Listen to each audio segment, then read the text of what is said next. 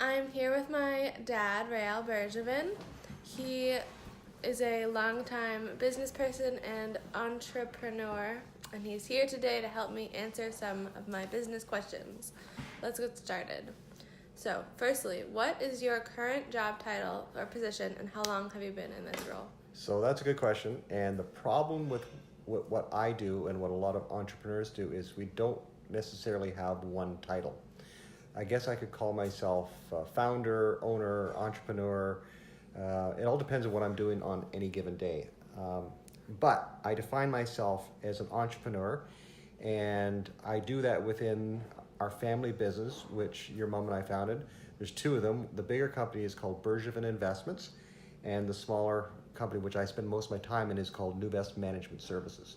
So I guess if I had to give myself a title, I would call myself founder and managing partner. Okay. Next up, describe your career and educational path.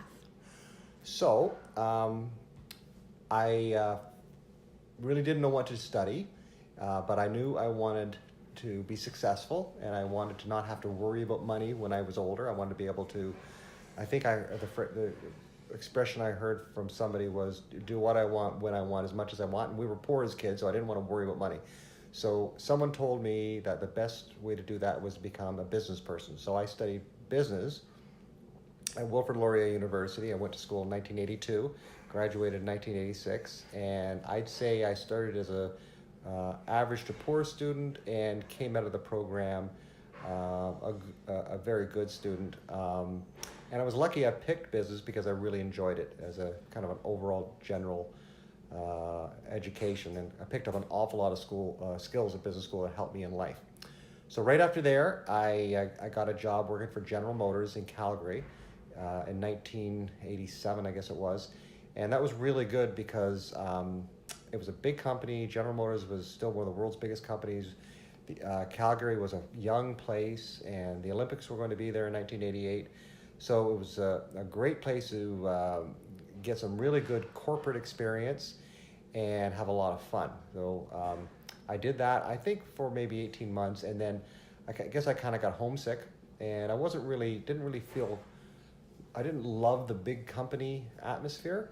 Although, they were very good. It was a very good company, good place to learn lots of things. I certainly learned an awful lot of General Motors about, again, things that I used later in life. But I wasn't really having an awful lot of fun. So I left and I went home and spent 6 months unemployed, looking for a job until I was successful in getting a really good job at an airline, Ward Air, which has long since been sold, at about half the pay that I was making at General Motors. And what Ward Air was really good for is it kind of started stirring up an entrepreneurial spirit in me, because Ward Air was a very entrepreneurial company run by a man named Max Ward, and it was a small company, which I liked. And because it was small and entrepreneurial, they didn't pay us much money, but they gave us massive opportunities. And if you're prepared to work hard and get things done, you moved up quickly. So, gosh, I think before I was 27, I was a director at Ward Air, and leaving to go to a bigger company, Rogers Cable, where I was put in charge of some of the call centers.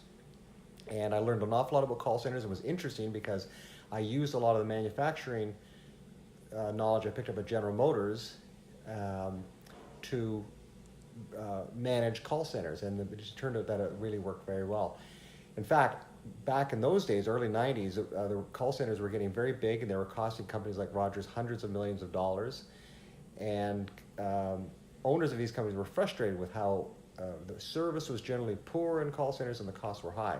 So using these things I learned from General Motors, mostly statistical process control and total quality management, I developed a operating model for call centers, which was very similar to the automotive operating model that was taught by a guy named Edwards Deming. And I just started using it across the Rogers call centers, and it worked really well. It gave the call centers a high degree of control and predictability over what the call centers were going to cost and deliver.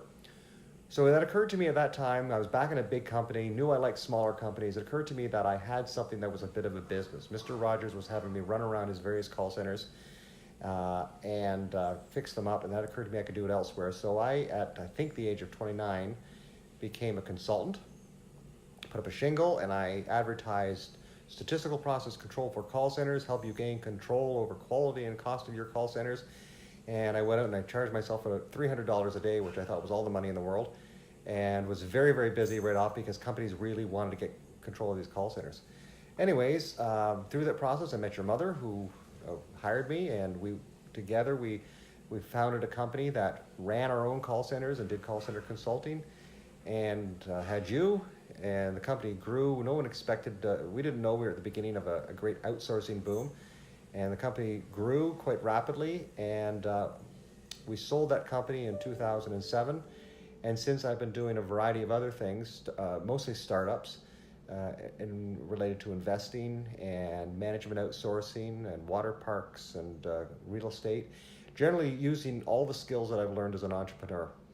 And that's where we are today. That's a great story. Thank you for sharing. Yes. You're welcome. Okay, next up, let's describe a typical day or week for you. Well, typical is what my days and weeks are not. I'd like to do an awful lot of time reading about things that are in my world. The various things we're involved in. I'll look at emails and reports in the morning. I have only a few meetings scheduled any week with the people who I'm working with, but mostly I'm going in the direction that I think is most needed, where my help is most needed. Because I'm an entrepreneur, I'm a generalist, so I can often help with a lot of different things. Although I'm frequently not the best person to do many things, but I can help, and that's what I'll do. And if things are running well and I don't have a lot to do, then I'm off playing golf or playing tennis or traveling with your mother. Okay, and what about just an average busy day? Would you say? Talking with people, talking a lot with people who work for us, from people who work directly with me, general managers and accountants and clients who I talk to quite a bit. And I also like to spend a lot of time with people who are at the front line of our business, like the agents in the service representatives in our water parks. Water park, or even sometimes our customers in our student buildings. I spend a lot of my time talking to people, and I also spend a lot of my time helping various people in our companies to solve problems. Okay. So next up, what skills, abilities, and personal attributes do you think are essential to success in this field? Well, to be an entrepreneur, what I like about it is you need to be a generalist, in my opinion. It's good if you have a specialty, but you certainly need to be able to be good at a lot of different disciplines, and that includes the sciences and language. You need to be a good communicator. You need to have an analytical mind. As an entrepreneur, I think you need a good basic understanding of accounting and finance. I studied psychology, and I think that's helped me quite a bit in working with people and understanding what motivates people. I study statistics, which I think has helped an awful lot in making decisions. Decision analysis is something I use every day in terms of picking a path to go down.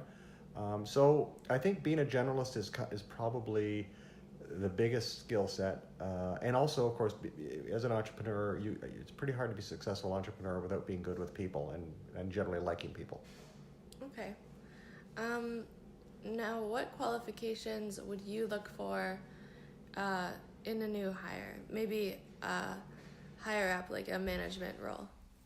Well, it all depends, of course, on what role we're looking for. So certainly I would look for strength in the area that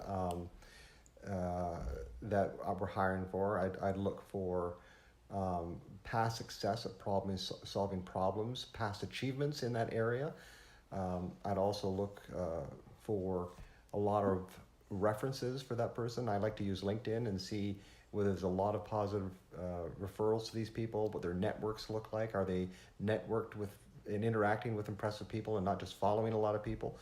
And of course, the other thing is I have to be able to get along with that person, so I have to be able to work with them. And if I was really doing a good job, then I would make sure there was someone who complimented me and didn't just have the same skills I did. Okay. Where do you see this industry going in the next 5 years to a decade? So I think the most important part of our economy is small and medium-sized businesses, and I think there's a certain backlash against big business right now, so I think you're going to see an awful lot of talk about how to control big business, very, very big business, and how it impacts society and government.